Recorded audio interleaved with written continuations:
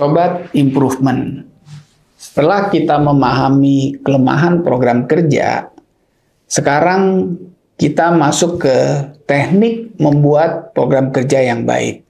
Menurut saya, minimal ada 2 teknik penting.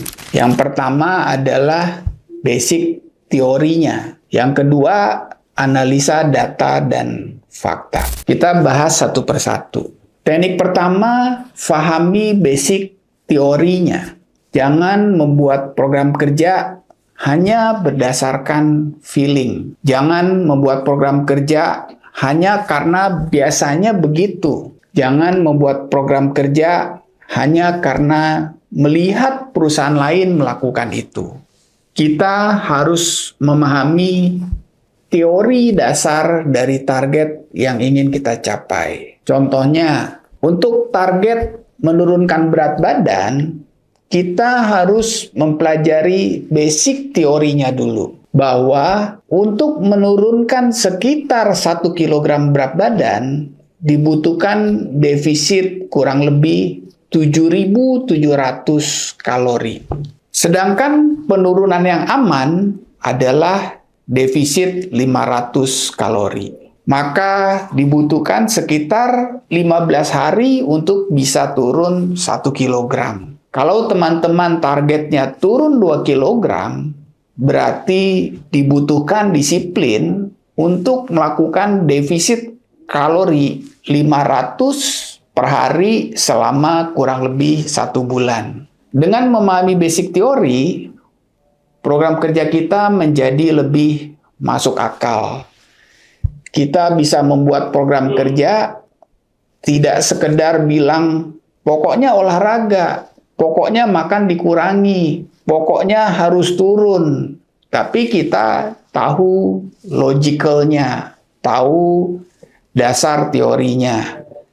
Berapa secara pasti defisit yang dibutuhkan. Dari mana defisit itu dibuat. Bagaimana membaginya antara pengurangan makanan untuk mengurangi asupan kalori dan peningkatan aktivitas untuk meningkatkan pembakaran kalori. Jadi program kerjanya akan menjadi lebih terarah karena kita memahami basic teorinya dengan baik. Teknik kedua, analisa data dan fakta. Ini penting sekali karena banyak program kerja di perusahaan dibuat seperti program yang turun dari langit. Tiba-tiba muncul program kerja. Tiba-tiba ada aktivitas. Tiba-tiba ada meeting. Tiba-tiba ada campaign. Tapi tidak jelas masalah faktualnya ada di mana.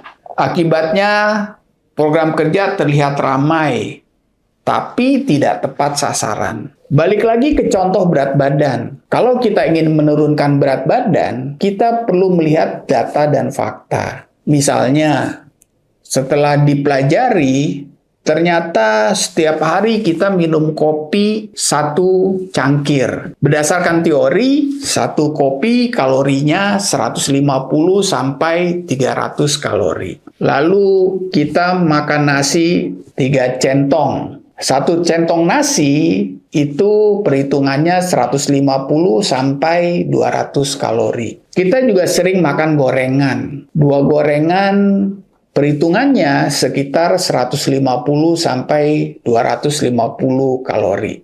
Nah, dari data ini kita bisa menyusun program kerja yang lebih spesifik. Bagaimana cara menurunkan asupan kalori? Bukan asal diet, bukan asal olahraga, bukan asal mengurangi makan. Tapi program kerja yang lebih jelas, lebih spesifik. Gula dikurangi dengan cara mengurangi kopi yang menggunakan gula yang berlebihan. Atau kopi yang tanpa gula. Porsi nasi dikurangi. Gorengan boleh, tapi dikurangi. Ini program kerja dari sisi asupan kalori. Untuk menurunkan asupan kalori yang kita serap. Kemudian kita juga perlu melakukan pembakaran kalori yang lebih banyak. Dengan cara yang sama yang saya ceritakan sebelumnya, kita bisa membuat program kerja untuk menambah pembakaran kalori. Dari dua program kerja tersebut, mengurangi asupan kalori dan menambah pembakaran kalori, kita bisa memperkirakan berapa defisit kalori yang kita capai. Dengan fakta, kita bisa menentukan area mana yang paling besar pengaruhnya. Jadi, program kerja yang baik bukan hanya berdasarkan teori dan juga bukan hanya berdasarkan data. Yang terbaik adalah kombinasi dari teori, data, dan fakta.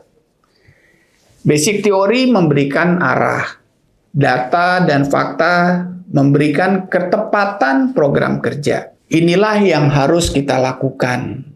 Kita memiliki basic teori, kemudian kita mempelajari data dan fakta. Kalau tadi kita bicara tentang program kerja yang general, tentang menurunkan berat badan, sekarang saya akan coba cerita tentang program kerja real yang pernah saya lakukan di perusahaan. Ada perusahaan yang memiliki KPI menurunkan angka keterlambatan karyawan. Kondisi awalnya rata-rata keterlambatan 1 tahun adalah 1.244 menit per bulan. Sedangkan perusahaan menetapkan KPI-nya 700 menit per bulan atau turun sebesar 43%. Target penurunan yang cukup besar, 43%. Tapi sekali lagi, yang penting bukan targetnya, tapi yang penting adalah program kerjanya. HRD kemudian membuat program kerja. Program kerjanya adalah sebagai berikut. Program pertama memberikan reward untuk karyawan yang datang tepat waktu. Program kedua adalah membuat fasilitas jemputan supaya karyawan tidak terlambat. Sekilas program kerja ini terlihat baik. Karyawan diberi motivasi, transportasi dibantu. Diharapkan dengan dua program kerja ini, keterlambatan akan turun. Tapi coba kita evaluasi. Menurut teman-teman, apakah program kerja ini sudah tepat? Saya akan kasih jeda 5 detik untuk teman-teman menjawab. Apakah reward dan jemputan adalah solusi yang tepat untuk menurunkan keterlambatan? Teman-teman bisa menjawab cukup atau tidak di dalam kolom komentar. Kembali ke topik. Sekarang kita bedah. Kita gunakan dua teknik yang tadi sudah kita bahas. Teknik pertama adalah basic teori. Apa sebenarnya penyebab keterlambatan terjadi? Pertama, kita bahas dari sisi basic teori. Apa sebenarnya penyebab karyawan terlambat? Kemungkinan pertama, macet, kata-kata yang sering sekali diucapkan oleh orang-orang yang terlambat.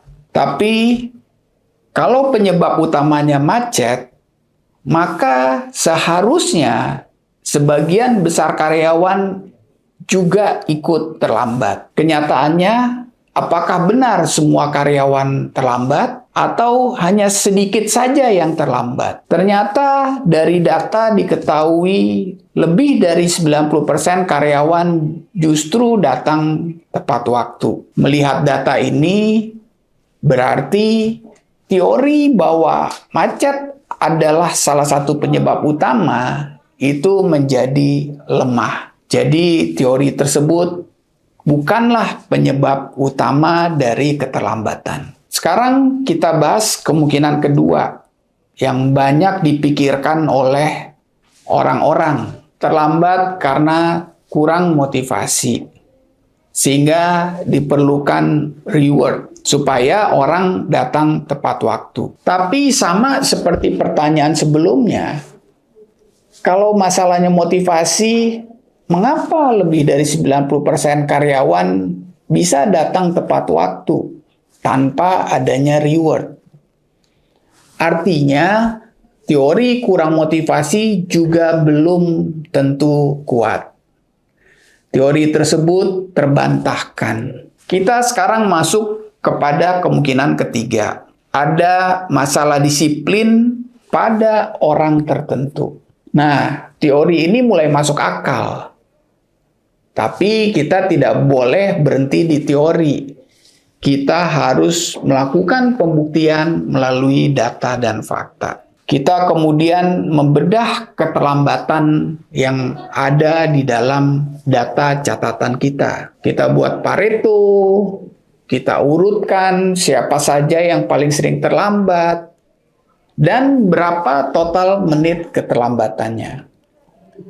Dan hasilnya menarik sekali. Dari total keterlambatan rata-rata 1.244 menit per bulan, ternyata sekitar 1.150 menit berasal dari hanya 20 orang. Atau sekitar 10% dari jumlah 202 karyawan. Itu artinya apa? Sekitar 10% karyawan menyumbang lebih dari 90% masalah. Nah, sekarang masalahnya menjadi jelas. Keterlambatan bukan masalah semua karyawan. Keterlambatan bukan masalah sistem transportasi perusahaan. Keterlambatan bukan masalah motivasi seluruh organisasi. Masalahnya sangat spesifik. Ada sekelompok kecil karyawan yang berkontribusi besar terhadap total keterlambatan. Kalau begitu, apakah solusi jemputan untuk semua orang menjadi relevan? Belum tentu. Apakah reward untuk semua orang menjadi solusi paling efektif? Secara data itu tidak benar. Karena mayoritas karyawan sebenarnya sudah tepat waktu, walaupun tidak ada reward. Datang tepat waktu adalah kewajiban, disiplin. Jadi seharusnya memang tidak ada reward atas kewajiban yang dilakukan oleh karyawan. Jangan sampai perusahaan membuat program besar, biaya besar, tapi tidak menyelesaikan penyebab utamanya. Akibatnya terjadi inefisiensi tapi tidak memberikan hasil. Program kerja bisa dibuat lebih tajam jika kita memahami basic teori dan juga memahami data dan fakta. Berangkat dari cerita di atas, di mana kita memahami bahwa akar masalahnya adalah sekelompok orang yang tidak disiplin, maka kita bisa membuat program kerja yang lebih spesifik. Program kerja yang lebih tajam sesuai dengan akar masalahnya. Misalnya, perusahaan menampilkan daftar karyawan yang paling sering terlambat sebagai kontrol sosial. Ditempel di dalam mading perusahaan 5 orang yang paling sering terlambat. Perusahaan juga bisa membuat program kerja di mana atasan dan karyawan yang sering terlambat dipanggil untuk membuat komitmen perbaikan. Kenapa atasan dilibatkan? Karena atasan pun harus mengontrol disiplin dari anak buah. Perusahaan juga bisa membuat program kerja, memperbaiki aturan sanksi yang lebih tegas untuk karyawan yang berulang kali terlambat. Mulai dari teguran lisan hingga dibuatkan SP jika diperlukan. Jadi program kerjanya bukan lagi menyentuh ke semua orang secara umum, tapi fokus kepada orang-orang yang tidak disiplin. Dan teman-teman tahu hasilnya, setelah kita melakukan program kerja ini, Dari KPI target awal 700 menit per bulan, kami berhasil mencapai 500 menit per bulan dalam waktu 3 bulan. Capaian target melebihi target KPI yang telah ditentukan. Untuk memberikan gambaran lebih jelas, saya melampirkan grafik before after pencapaian target keterlambatan. Belajar dari kasus ini, lalu apa rahasia suksesnya? Rahasia suksesnya adalah program kerja yang dibuat tidak berdasarkan asumsi. Program kerja dibuat berdasarkan teori, data, dan fakta. Dari apa yang saya sampaikan dan juga contoh faktual yang pernah kami lakukan, kita belajar satu hal penting. Banyak perusahaan gagal bukan karena KPI-nya tidak ada. KPI-nya ada, tapi tidak ada program kerja. Perusahaan memiliki KPI, tapi hanya mengandalkan motivasi.